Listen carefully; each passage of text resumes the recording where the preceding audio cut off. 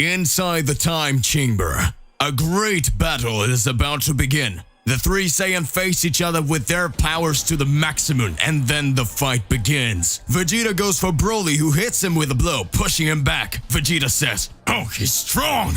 Goku goes towards him, releasing upwards and delivering a downward punch, hitting Broly, who ducks, giving space for Vegeta to recover quickly. Vegeta propels himself to the ground with one hand and is launched towards Goku. Vegeta starts to give several blows and Goku dodges. With an impressive speed, Broly leaves for the coma of the two, and an exchange of attacks between the three begins. The fight seems to be very balanced at that moment. Outside, the warriors who decide they must continue their training while waiting for the three Saiyans to leave the time chamber, so Piccolo says, "Gohan, Granola, shall we go to the mountains and train some more?" Gohan nods his head. Yes.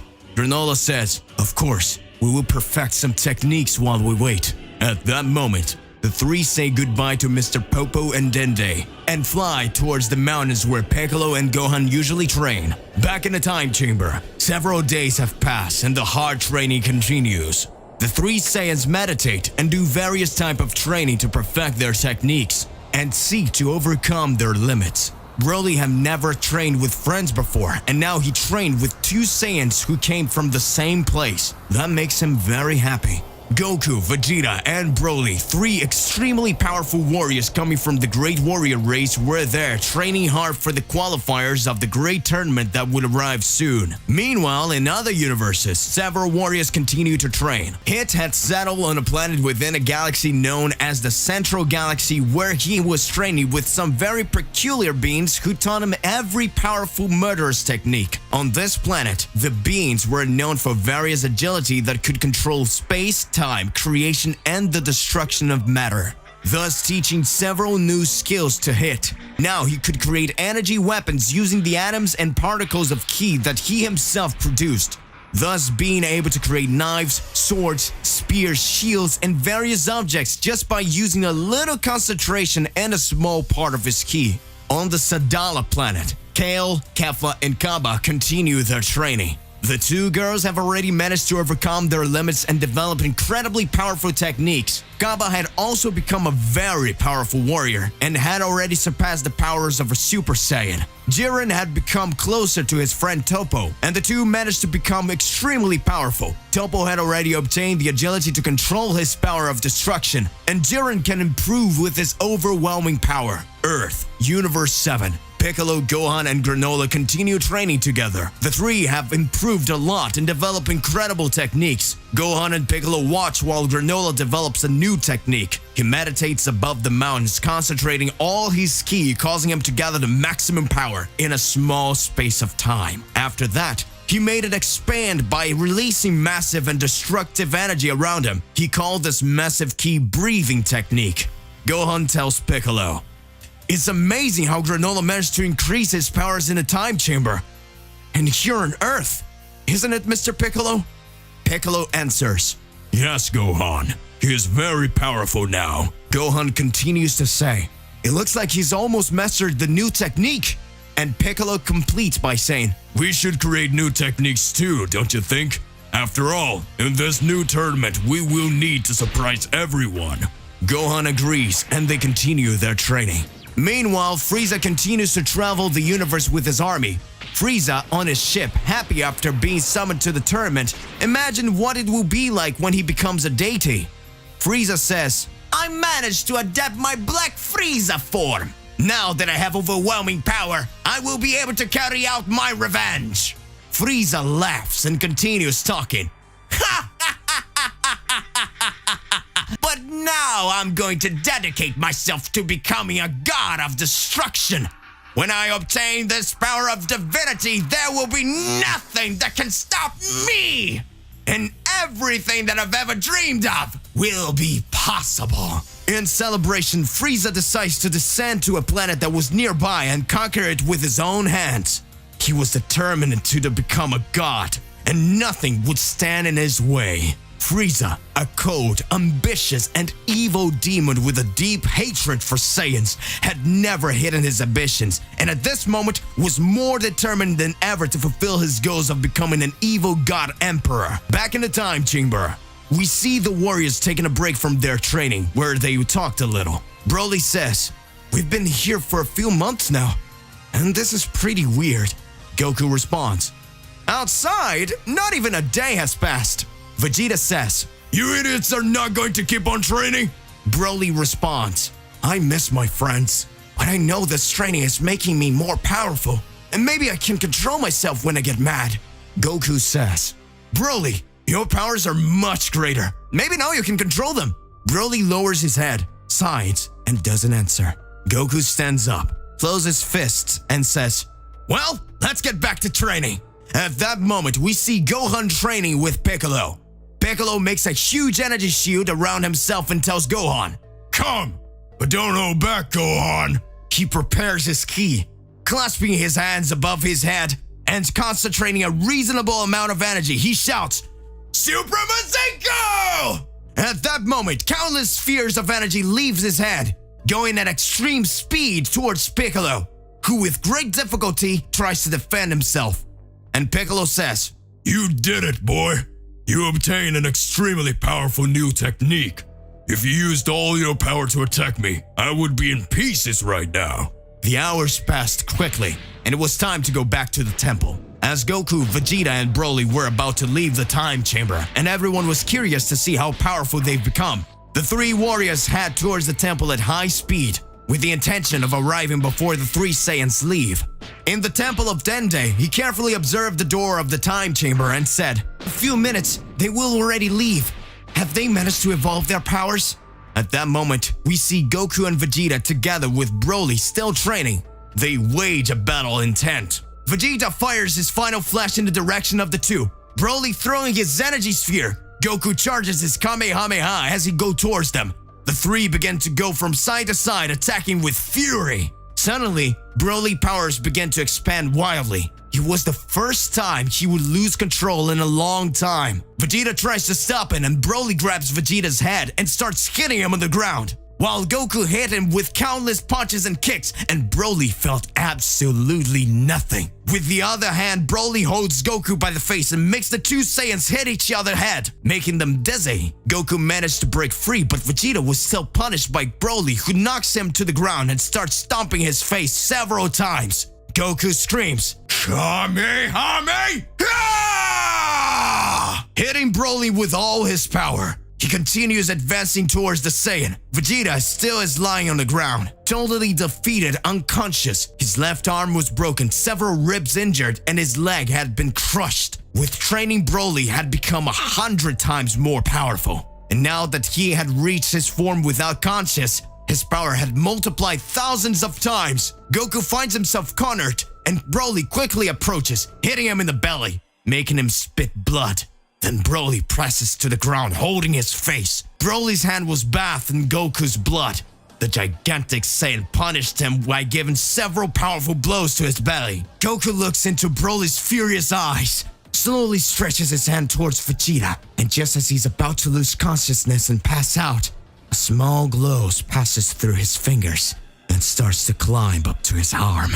His hair starts to change colors, and everything around him starts to vibrate. Outside the time chamber, the sky darkens, and several rays begin to fall from the sky. Goku's eyes shine brightly, and Broly's blows get slower and slower. At that moment, a gigantic explosion happens, throwing Broly away, and Goku manages to achieve a new transformation. Inside the time chamber, everything shook and the sky darkened, and all he could see was the glow of intent emanating from Goku. Broly, still out of control, lunges at him, and all that can be seen is Goku's hand slowly reaching up and touching Broly's face. At this moment, a gigantic explosion of light takes over everything, and then everything goes dark again. Outside the temple, the warriors who approached in an instant sense a very powerful presence. Piccolo at this moment speaks. "Did you feel this awesome power? I couldn't detect a single key, but I sensed a presence more intimidating than the presence of Beerus himself." Gohan responds, "I also felt that. What could it be?" Granola says, "Is that an enemy?" They keep going to the temple. Frieza was now more powerful than ever to achieve his goals. His evil mind can't stop imagining everything he can do if he achieves his goals. His plans and desires now seem to be getting closer and closer. In an unknown universe, in a distant galaxy, in an empty and dark shadow place, three silhouettes appear in the midst of darkness. Could these be the warriors from a universe we didn't know yet? Beings with a dark and evil aura. The being who was in the center, who appears to be the leader, with a frighteningly evil voice, he said, "The time has come for us to begin and put our plan into practice. Everything is already decided, and nothing can stop us. This time, we will become the supreme sovereigns." Going back to the time chamber, we see Vegeta throwing water over Goku, who was unconscious. Goku awakens and asks, "Are you okay, Vegeta? What happened?" Vegeta says, "I don't remember very well, but Broly was out of control and the damn thing knocked me out. And from that moment, I can't remember anything. I just know that I woke up after a while and you were out. And I was very hurt. But I managed to reach the sensu beans and then I recovered. And so I came to wake you up." Goku gets up and asks, "Where's Broly?" Goku closes his eyes and leans in and says, "I can sense his ki, but it's pretty weak and it's too far from here. I'm going to get him." Goku then teleports to another place within the time chamber. Locating Broly, he sees him unconscious, with his clothes torn and extremely injured, and then he puts his hand on him and teleports back to where Vegeta was. Broly awakens and asks, "What happened? I can't remember. I was out of control again, wasn't I? Sorry, I didn't expect this to happen." Vegeta then, being aggressive as usual, yells, "You damn bastard! You can't control your useless power and you still don't remember a thing!" Goku then starts to say, "Calm down, Vegeta. You and I can't remember what happened either. In fact, the three of us lost because we have no idea what ended up happening." Vegeta then crosses his arms and frowns. He looks in the sides and says, "Damn it. I was close to die and that made my powers increase even more. So this time I won't kill this idiot." Goku then says, "Well, we still have a few hours to stay here. So, shall we go back to training?" Vegeta agrees, and Broly's still a little unsure of continuing with the training because he was insecure, afraid of losing control again. So Goku, with his polite and extroverted way, says, "Hey, trust yourself. I know you won't lose control again." He smiles and puts his hand on Broly's head. And then the three Saiyans go back to training. They had only a few hours left there. Outside the temple, Gohan, Piccolo, and Granola arrives. And Gohan asks, "Does it take a lot of time for them to leave yet?" Dende answers, "No, it's almost time. They're probably going to leave any minute now." At that moment, everyone there begins to feel an overwhelming pressure. Piccolo, surprised and serious, says, "They're coming." The door of the time chamber opens, and at that moment the three warriors came out. Their powers had grown in an unimaginable way, and even the warriors who were out there watching can't believe it. Or if you want, you can imagine how powerful those three warriors were. Goku then smiles, says, "Hey guys!" Impressed, Gohan asks, Father, your powers are incredible. How did you reach this level?" Goku, still confused, says, "Gohan, honestly, we don't even know what happened in there. I just know that I feel my powers flow in a way I never felt before." Piccolo then approaches and asks, "Goku, are you going to look for someone else for the tournament? Because so far there's only us." After hearing this, Goku responds, I still don't know who I can call, but I have an idea. I'll be right back." Then suddenly Goku teleports away. Already? Goku arrives at the planet of destruction and meets Whis. He already arrived asking, "Hey, Mr. Whis, where's Lord Beerus?" And Whis responds, "I sent him to a place where only some gods can go. He told me he needed to prepare and do some training. So I sent him there because it's a perfect place for a god of destruction to hone his powers. And he is the only one who would bear to train in a place like that, so you won't find him here. Do you need him for anything?" Goku, with wide open eyes, comes very close to Whis and excitedly says, "Mr. Whis, would you let me go to that place too?" Whis hits Goku's head with his staff and says, "I just said it's a place made specially for gods of destruction. By any chance you're a god of destruction and I'm not aware of it?" Goku, who had fallen sitting on the ground, responds, "Ow, ow, ow, ow, ow, ow! It hurts, Sir Whis." "Well, I'm not. I just imagined it would be an amazing place to train, and so I wanted to go there. Ow! You didn't have to hit me so hard." Whis speaks, "That's what you deserve." Goku then responds, "Oh, I almost forgot. Do you know how many Universe Warriors should go to the tournament? And could you tell me?" Whis responds, "Goku, you didn't pay attention to the rules, did you?"